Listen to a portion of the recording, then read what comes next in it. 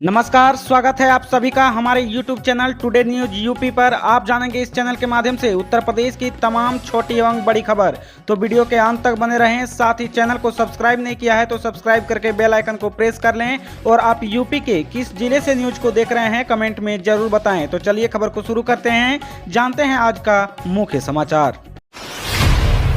महंगी बिजली बेचकर 3 दिन में कमाए 840 करोड़ का मुनाफा। पीएक्सआईएल ने सिर्फ यूपी से कमाए 80 करोड़ रुपए। उत्तर प्रदेश विद्युत उपभोक्ता परिषद के अध्यक्ष अवधेश कुमार वर्मा ने बृहस्पतिवार को प्रदेश के ऊर्जा मंत्री श्रीकांत शर्मा से मुलाकात एक जनहित प्रस्ताव सौंपा। इसमें महंगी बिजली की बिक्री में भारी मुनाफाखोरी का दावा किया है।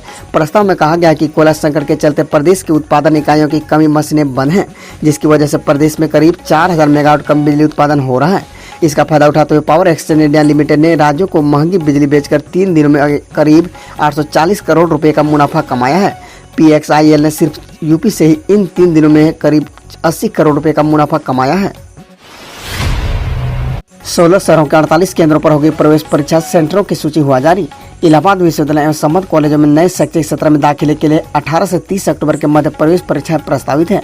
गुरुवार को प्रवेश प्रकोष्ठ के चेयरमैन प्रोफेसर आशीष सक्सेना की ओर से परीक्षा केंद्रों की सूची जारी कर दी गई है। दाखिले के लिए प्रवेश परीक्षा 16 शहरों के 48 केंद्रों पर कराई जाएंगी।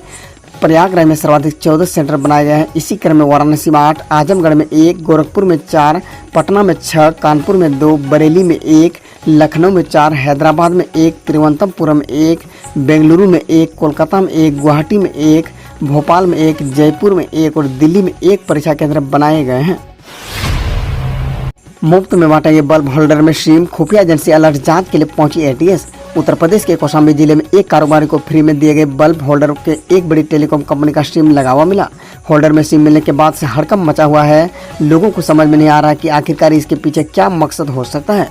कुछ लोगों इसे घर के भीतर नापाक निगाह बता रहे हैं तो किसी को बड़े आपराधिक गैंग की ब्लैकमेलिंग की साजिश समझ में आ रही है।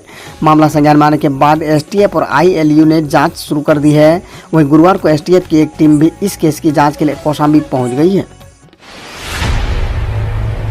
महानवमी पर योगी ने 9 कन्याओं के पैर धोकर लगाया तिलक, अपने हाथ से खिलाया खाना। उत्तर प्रदेश के सीएम योगी आदित्यनाथ ने गोरखपुर के गोरखनाथ मंदिर में महानवमी पर 9 कन्याओं को भोजन कराया, फिर दक्षिणा के साथ विदा किया। इससे पहले सुबह 4 बजे उन्होंने पूरे विधि विधान के साथ गोरक्षा पीठाधीश्वर महंत के रूप में पूजन किया। मां सिद्धिदात्री की वैदिक मंत्रोच्चार के साथ आराधना की। हर साल की तरह इस बार भी विजयदशमी के दिन गोरखनाथ मंदिर से गोरक्षा पीठाधीश्वर की शोभा यात्रा धूमधाम से निकाली जाएगी। पीठाधीश्वर गुरु गोरक्षनाथ का आशीर्वाद लेकर अपने वाहन में सवार होंगे। नगाड़े और बैंड बाजे की धुन के बीच गोरक्षा पीठाधीश्वर की शोभा यात्रा मानसरोवर मंदिर पहुंचेगी। यहां पहुंचकर गोरक्षा पीठाधीश्वर योगी आदित्यनाथ गोरक्षपीठ से जुड़े मानसरोवर मंदिर पर देवाधिदेव महादेव की पूजा अर्चना करेंगे। इसके बाद उनकी शोभा यात्रा मानसरोवर रामलीला मैदान पहुंचेगी। गति शक्ति अभियान देश को एक नई युग की ओर ले जाएगा, सीएम योगी। मुख्यमंत्री योगी आदित्यनाथ ने कहा कि गति शक्ति का यह अभियान नेशनल इंफ्रास्ट्रक्चर मास्टर प्लान का शुभारंभ हम सबको प्रोत्साहित करने वाला है और देश को एक नई युग की ओर ले जाने वाला है। उत्तर प्रदेश ने 4.5 वर्ष में ईज ऑफ डूइंग बिजनेस में एक बड़ा लक्ष्य प्राप्त किया है। गति शक्ति अभियान शारदीय नवरात्रि में शक्ति के अनुष्ठान का व्यवहारिक रूप है और राष्ट्र आराधना का एक व्यवहारिक रूप हमारे सामने आ रहा है। हम इसके लिए उत्तर प्रदेश की अपनी पूरी टीम को इस पूरे कार्य के लिए जुड़ने का आह्वान करता हूँ। कितने गांव में हो गया पंचायत सहायकों की भर्ती का काम पूरा, कहां हो रही है देरी। यूपी के 58,189 ग्राम पंचायतों में होने वाली ग्राम पंचायत सहायक भर्ती में अब तक 43,000 से अधिक ग्राम पंचायतों में चयन की कार्रवाई पूरी हो गई है। बाकी में चयन का काम चल रहा है। महाराजगंज जनपद की 713 ग्राम पंचायतों में कंप्यूटर ऑपरेटर, अकाउंटेंट कम डाटा कंप्यूटर ऑपरेटर का चयन हो जाने के बाद भी उन्हें नियुक्ति पत्र नहीं मिल पाया है। वहीं सोनभद्र जनपद में 629 ग्राम पंचायतों के सापेक्ष 594 ग्राम पंचायतों में पंचायत सहायक के चयन के लिए डीएम की ओर से संस्तुति प्रदान कर दी गई है। लखीमपुर खीरी हिंसा, राकेश टिकैत ने जांच पर जताया संतोष का। केंद्रीय मंत्री के बेटे की रेड कार्पेट गिरफ्तारी ने किसानों में गुस्सा बढ़ाया। भारतीय किसान यूनियन के राष्ट्रीय प्रवक्ता राकेश टिकैत ने लखीमपुर खीरी हिंसा के मामले में चल रही जांच पर गुरुवार को नाखुशी जाहिर करते हुए कहा कि केंद्रीय गृह राज्य मंत्री अजय मिश्रा के बेटे की रेड कार्पेट गिरफ्तारी ने आंदोलन कर रहे किसानों के गुस्से को भड़का दिया है। अजय मिश्रा को मंत्री पद से बर्खास्त करने की मांग को करते हुए टिकैत ने कहा कि आरोपी के पिता अगर पद पर बने रहेंगे तो निष्पक्ष जाँच नहीं हो सकती है।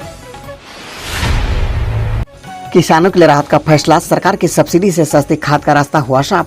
फॉस्फेटिक और पोटास खाद पर केंद्र सरकार द्वारा बड़ी सब्सिडी की घोषणा का भारतीय किसान मंच ने स्वागत किया है। किसान मंच ने खाद सब्सिडी को रबी फसल से पहले किसानों को सरकार का तोहफा करार दिया है।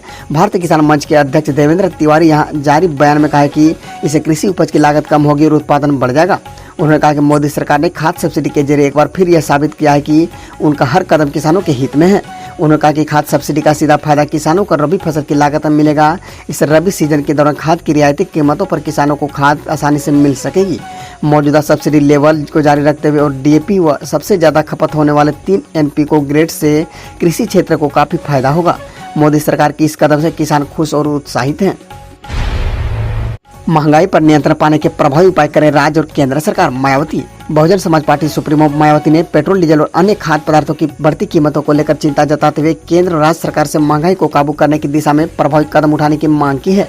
मायावती ने गुरुवार को ट्वीट किया है कि देश में एक तरफ आए दिन पेट्रोल, डीजल और रसोई गैस आदि की बढ़ती कीमतों ने तथा वहीं दूसरी तरफ रोजमर्रा की वस्तुओं के बढ़ते हुए दामों में आमजन जीवन पूरी तरह से अस्त व्यस्त और त्रस्त है।